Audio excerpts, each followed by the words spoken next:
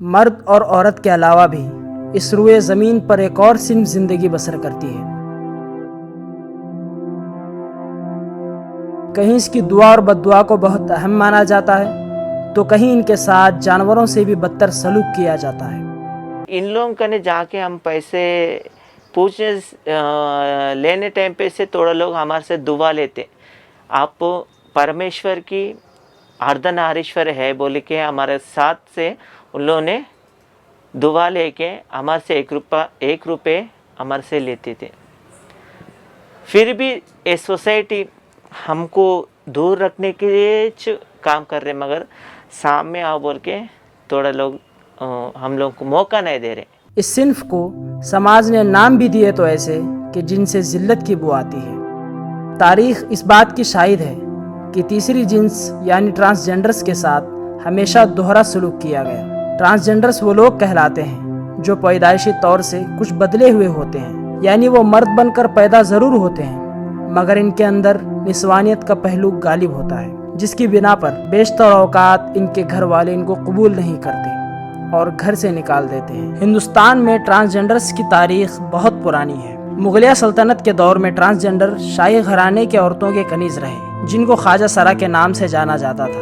بر صغیر میں ٹرانسجینڈر کو باضابطہ طور پر تیسری جنس تسلیم کیا جاتا ہے. 19ویں صدی کے آغاز میں برطانوی حکومت نے ٹرانسجینڈر کی برادری کو نشانہ بنایا اور اس کو ختم کرنے کی پوری کوشش کی. 1860 کے انڈین پینل کوڈ کے دفعہ 377 کے ماتحت انہیں مجرم کے صف میں لا کر کھڑا کر دیا گیا اور 1871 تک انہیں پوری طرح سے مجرم قرار دے کر اذیت پہنچانے کے لیے مخصوص کر لیا گیا. فی الوقت ہندوستان میں تقریباً 50 لاکھ ٹرانسجینڈرز بستے ہیں اور ہر ٹرانسجینڈر کے ایک ہی طرح کے مسائل ہیں. جب کسی گھر میں کوئی لڑکا پیدا ہوتا ہے تو گھرانے میں ہر طرف خوشی کا ماحول بن جاتا ہے اور جب کوئی لڑکی پیدا ہوتی ہے تو چند کن ذہن لوگ سوگ مناتے ہیں لیکن آخرکار وہ اس کو قبول کر لیتے ہیں. مگر اس کے برخلاف ٹرانسجینڈر کا یہ مسئلہ ہے کہ ٹرانسجینڈر کو کبھی قابل قبول نہیں سمجھا جاتا. میں نے محسوس کیا ہے کہ ان کے فیملی سے کٹ کر جانے کے وجوہات کیا ہے اور اس کے بعد جب باہر نکلنے کے بعد وہ سروائیول کے لیے کیا کچھ فیس کرنا پڑتا ہے. وہ نہ چاہ کے بھی سیکس ورکرز کے ایسے سے چلے جاتے ہیں، نہ چاہ کے بیگرز کے ایسے سے چلے جاتے ہیں. بہت سے استحصال کا شکار ہوتے ہیں کہ اب اپنے آپ کو بچانے کے لیے کبھی کبھی وائلنٹ بھی ہو جاتے ہیں. یہ بھی میں نے دیکھا. ایسا کر کے میں یہ بھی نہیں بولوں گی پورے ٹرانسجینڈرس پورے بہت اچھے ہیں اور ہم خراب ہیں، ایسا نہیں ہے. جیسا کہ ہمارے سماج میں ہر کمیونٹی میں اچھے برے لوگ ہیں تو ان کے اندر بھی اچھے برے لوگ ہیں. تو اچھے لوگوں کو پروان چڑھانے میں ان کے اپنے کمیونٹی میں کام کرنے کے لیے آگے بڑھانے کے لیے ہمارا سپورٹ ہو اور ہمارا انکریجمنٹ ہو، اس طرح کی فیسلٹیز ہم بنانے کی ضرورت ہے. ان کی تعلیمی زندگی کے بارے میں بات کریں تو بہت سارے ٹرانسجینڈرز ایسے ہوتے ہیں جو پڑھنا چاہتے ہیں. پڑھائی چھوڑنے کا کچھ بھی نہیں ہے. میں پڑھائی کرنے کے لیے تھا مگر وہاں پہ تھوڑا سپورٹ نہیں تھا میرے کو. جو بڑا اسٹڈی کرنے کے لیے سپورٹ نہیں تھا. اسی ٹائم پہ میں باہر آ کے اسٹڈی کے اندر سے باہر آ کے چھوٹا جاب کر لے کے پرائیویٹ جاب کر لے کے آ رہی تھی. بعد میں میرا کمیونٹی سے میرے کو فرینڈشپ ہو گیا. دیٹس ٹائم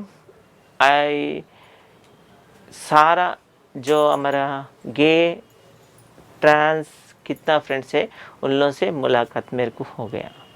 ہندی اخبار دینک بھاسکر کی رپورٹ کے مطابق 52% ٹرانسجینڈر طلباء کو خود ان کے کلاس میٹ نے ہراساں کیا.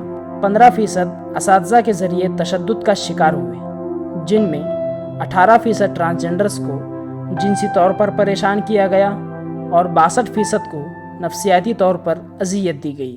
جاب کرنا اچھا نہیں تھا میرے کو. کیوں بولتا جاب میں بھی میرے کو زیادہ سفرنگ ہو گیا. انہیں 0.5 ہے، انہیں چکا ہے، انہیں گے ہے بول کے ویسے سفرنگ ہو گیا. somebody attack to sex also میرے سے کیا. that time I am so hungry.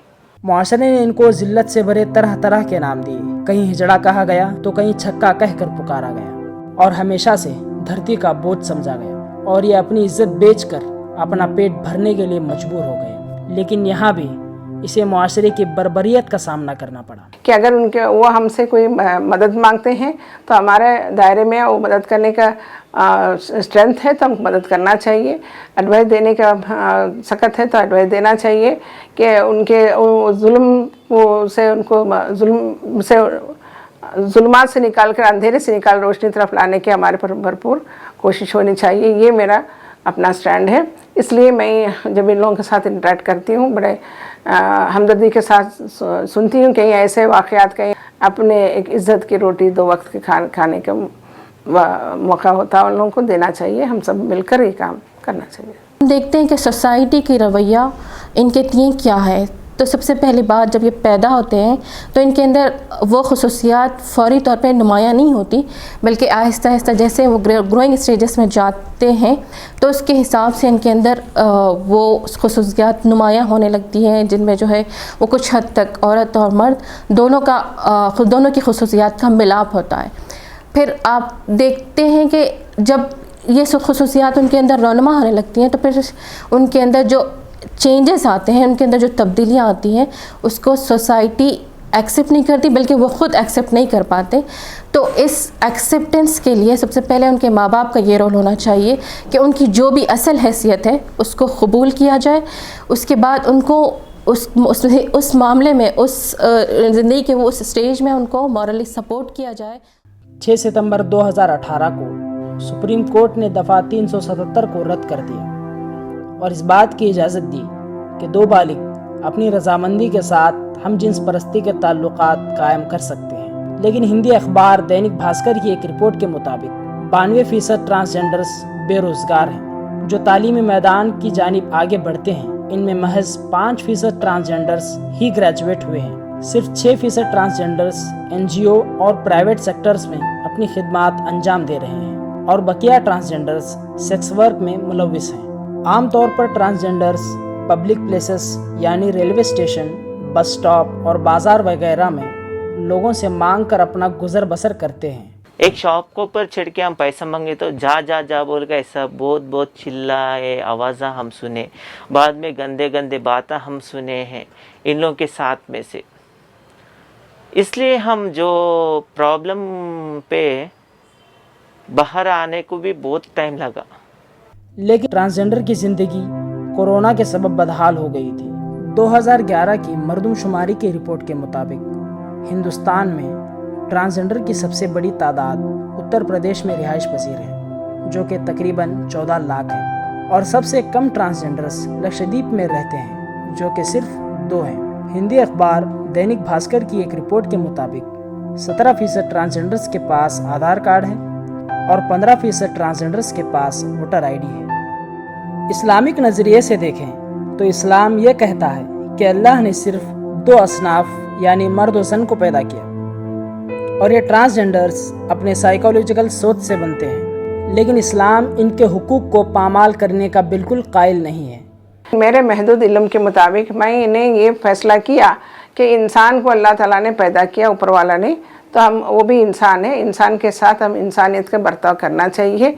Hindu मज़हब की रूह से देखें तो हिंदू मज़हब में हम जिन्स परस्ती को एक फितरी अमल करार दिया गया है, जिसकी सबसे बड़ी दलील ये है कई मंदिर ऐसे मिल जाएंगे जिनमें ऐसे नक्शो निगार बने हुए हैं जिनमें मर्द और औरत दोनों को हम जिन्स परस्ताना अमाल में मुलविस दिखाया गया है।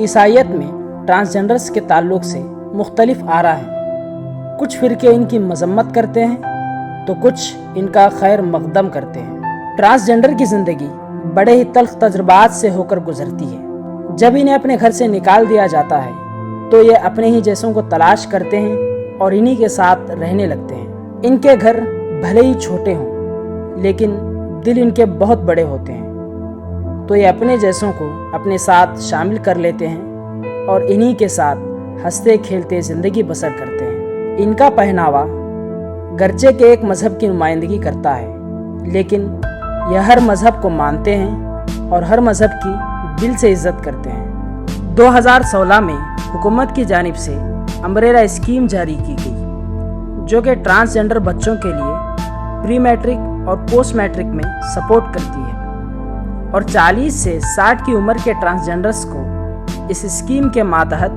पेंशन फराहम की जाती है। 2022 की स्माइल स्कीम के ज़रिए सड़कों पर हाथ फैलाने वाले ट्रांसजेंडर्स के लिए बहबूदगी के लिए इकदामात किए जाते हैं। नेशनल क्राइम विक्टिमाइजेशन सर्वे की 2017-18 की रिपोर्ट के मुताबिक हर 1000 ट्रांसजेंडर्स में 108 ट्रांसजेंडर्स किसी न किसी तरह के इस्तेहसाल के शिकार होते हैं। भले ट्रांसजेंडर्स आम इंसानों के मुकाबले में कुछ अलग होते हैं, लेकिन वो भी एक इंसान ही हैं और हमारे समाज का एक अटूट हिस्सा हैं। ये उन सारे हुकूक के हकदार हैं जो एक आम इंसान को मिलते हैं। वो महज इज्जत चाहते हैं और साथ में इसकी भी उम्मीद रखते हैं कि आम इंसानों की तरह ही इनके साथ भी बर्ताव किया जाएगा ताकि वो एक खुशहाल ज़िंदगी बसर कर सकें।